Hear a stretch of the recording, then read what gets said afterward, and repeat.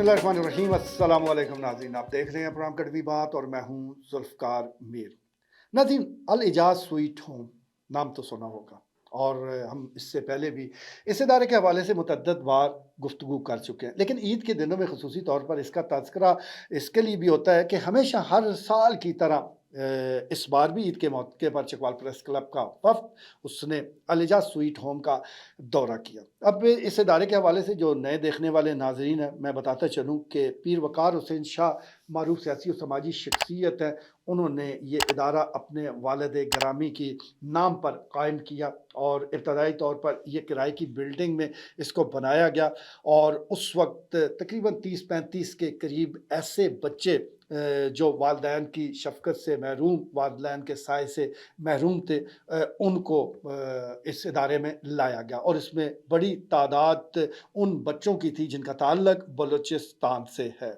ये पुरानी बात है, जब ज़लज़ला आया था उस वक़्त यहाँ कैंप लगे और फिर वो कैंप जब ख़त्म हो गए तो उनमें बेशतर ऐसे बच्चे थे कि जिनका कोई वाली वारिस नहीं था।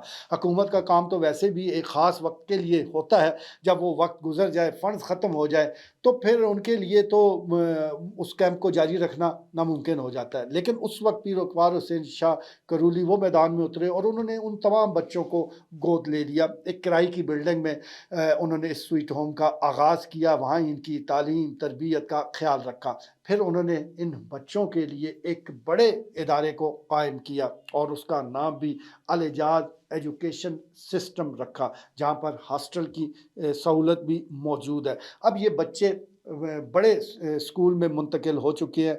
अब इनकी तादाद 56 है और 56 में से 19 का ताल्लुक वो बलूचिस्तान से है। इसमें नर्सरी से लेकर फर्स्ट ईयर तक पढ़ने वाले बच्चे यहाँ मौजूद हैं, जो न सिर्फ अल इजाज़ एजुकेशन सिस्टम में ज़ेर तालीम है, बल्कि उसके बाद अगर उन्हें कहीं और भी वो चाहते हैं तालीम हासिल करना तो उसके लिए भी उन्हें सहूलतें फ़राहम कर दी जाती हैं। बहरहाल अल इजाज़ एजुकेशन सिस्टम का मैं ज़िक्र कर रहा हूँ तो ये बनाया तो इन्हीं बच्चों के लिए गया था, लेकिन क्योंकि पीर वक़ार हुसैन करूली चाहते हैं कि ये इदारा जो कि अब एक फाउंडेशन की शक्ल इख्तियार कर चुका है, ये अपने पाँव पर खड़ा हो जाए, क्योंकि इसके काफ़ी अखराजात हैं। सिर्फ इन बच्चों पर यानी 56 बच्चों पर माहाना वो 10 लाख के करीब तकरीबन अखराजात हो जाते हैं। इसी तरह स्कूल के हवाले से अखराजात वो अलग हैं।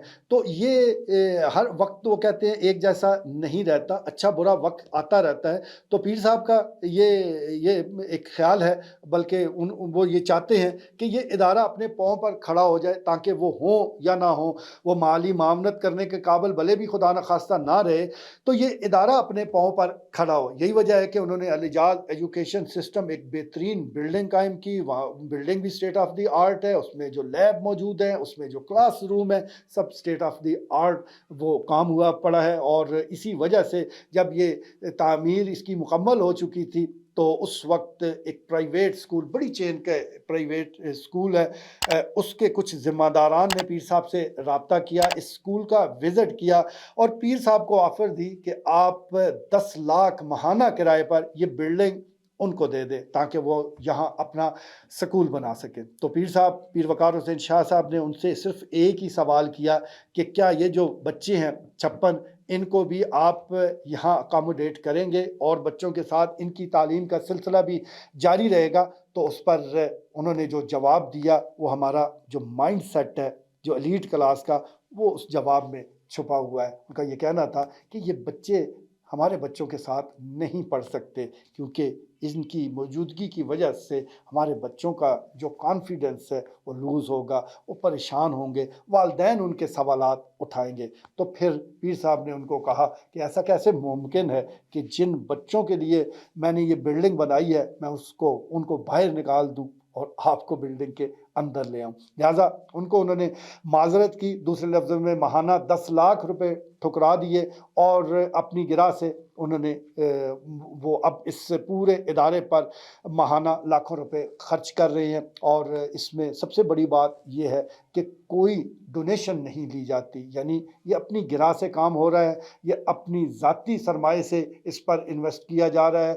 کسی جگہ سے کوئی چیز وہ ڈونیشن کے نام پر نہیں لی جاتی. یہ ایک بہت بڑا کام ہے. الاعجاز ایجوکیشن سسٹم میں اسلام آباد اور دیگر علاقوں سے ایک بڑا جو ایجوکیشنسٹ ہیں ان کی خدمات حاصل کی گئی ہیں. میں پرنسپل صاحب کا ہی ذکر کر دیتا ہوں. ڈاکٹر شعیب احمد اس ادارے کے پرنسپل ہیں.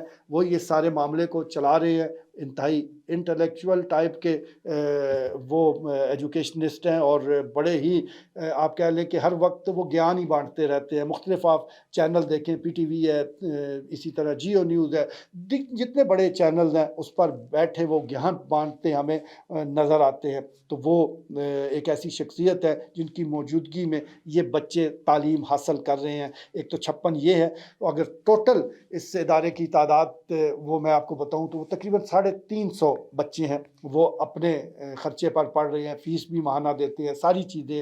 اور وہ اس لیے رکھا گیا ہے تاکہ یہ ادارہ جو ہے وہ اپنے پاؤں پر کھڑا ہو سکے. تو بڑی اچھی یہ بات ہے.